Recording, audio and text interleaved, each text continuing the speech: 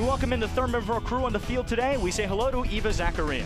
They have not won a game since he got hurt on November 27th against Boston University. It's been a tough 3 weeks for Hofstra. He said, "It doesn't matter, my guys are excited. We're just hoping that it's windy because Cornell is known for its passing game, and when the wind kicks up like it has been every few minutes or so down here, it makes it very difficult for them to pass the ball." Another key was rebounds. You wanted to just stay close, but you're actually out rebounding Hofstra 19-17 right now. What do you have to do to maintain that in the second half? It's all effort.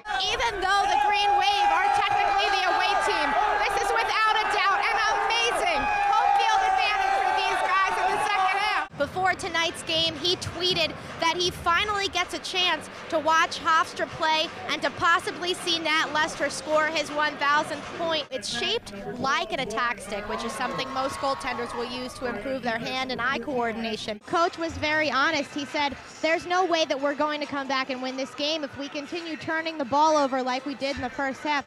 Hey guys, Don Bosco will be without one of its stars, Leonte Carew, today because he's on his way back from the U.S. Army All-American Bowl in Texas. He's one of 4 Don Bosco National Championship football players that was on that All-Star team. And even though the West beat the East 24-12 yesterday, Carew had 1 catch for 11 yards and was overthrown another couple times. And I asked Coach DeVirio what playing without him means today. He said the big key is going to be on defense. Carew's a guy that can defend from the 1 to the 5.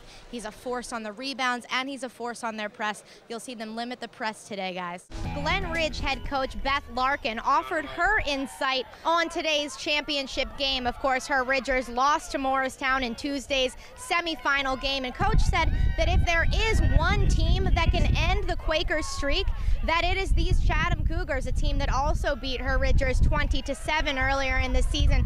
Coach Larkin said that it's the talent of this squad, plus the fact that they're playing their best lacrosse right now when it counts, that might give them the edge here today, and she certainly seems to think that we are in for one great title game. Guys, back up to you. Ralph, thanks so much. I'm here with Brian O'Neill, who had a monster game tonight with 4 points. Brian, Yale is known for its transition game, and you had a beautiful goal off transition tonight. Walk us through that play. Yeah, it was actually, they were putting pressure on us for the first minute in that shift, and then it was kind of a broken play in our zone, and Nick Jaskowiak had his head up and fouled me, and I kind of just snuck in behind the D that were pinching, and the goalie gave me the 5-hole, so luckily it went in.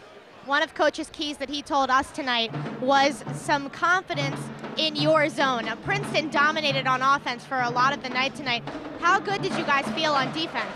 Yeah, I mean, you want to keep them to the outside as much as possible, and they had a lot of possession time in our zone, but our goalie was really good tonight, and we felt good because we kept them to the outside, didn't give them too many rebound chances. So if we can do that, we feel pretty good about our defensive play. Now tonight, you had a hand in 4 goals with the 4 points. You also moved into 4th place on the all-time scoring list at Yale. And on top of all that, you have 30 family members that were here tonight to watch you play. Talk a little bit about what tonight means to you personally. Yeah, I mean, this is my last time playing in front of my hometown in college, so it's just an unbelievable, just get the win, number one, because we really needed that, but then to play well personally, just couldn't have scripted it any better. I'm just so happy my family could see that. And now for the team, if you win tomorrow night, you're set up to have a bye in the first round of the playoffs. What's a key to victory? Quinnipiac, great rival of us. Got to play good defense. If we played a good defense, we'll get some offensive chances, and we'll need good goaltending again, and hopefully we'll get that, and I think we will. All right, Brian, thanks for joining us. Congratulations. Ralph, back up to you.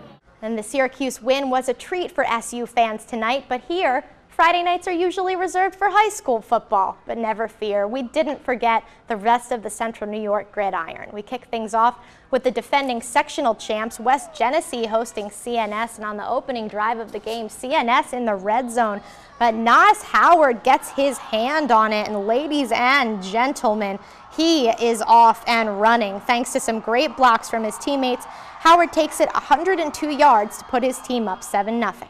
On the next possession, the North Stars try it again, but this time it's Jenny's Corey Dunlap with the interception. He's brought down at the 30. The turnover leads to a 7-yard touchdown drive for Howard. He'd add one more score to finish with 3 on the night. The Cats go on to win easily, 39-13 over CNS. West Jenny improves to 3-3 on the year. And to Nottingham now, the Bulldogs looking to bounce back from a loss to JD. They host Carthage. In the second quarter, off the bad snap, Josh Ivy comes out of nowhere to recover it for the Dogs. And just 4 plays later, they find the end zone. Fourth down, Marty Clayton sends a soaring pass to Tyquan Rowland. Nottingham with the 45-6 blowout. To the pro ranks now, the Jets' 34-0 loss to the Niners wasn't the only bad news for the team this week. It was announced today that Santonio Holmes is out for the season after tearing a ligament in his left foot. The wide receiver will need surgery, but is expected to make a full recovery for the 2013 campaign.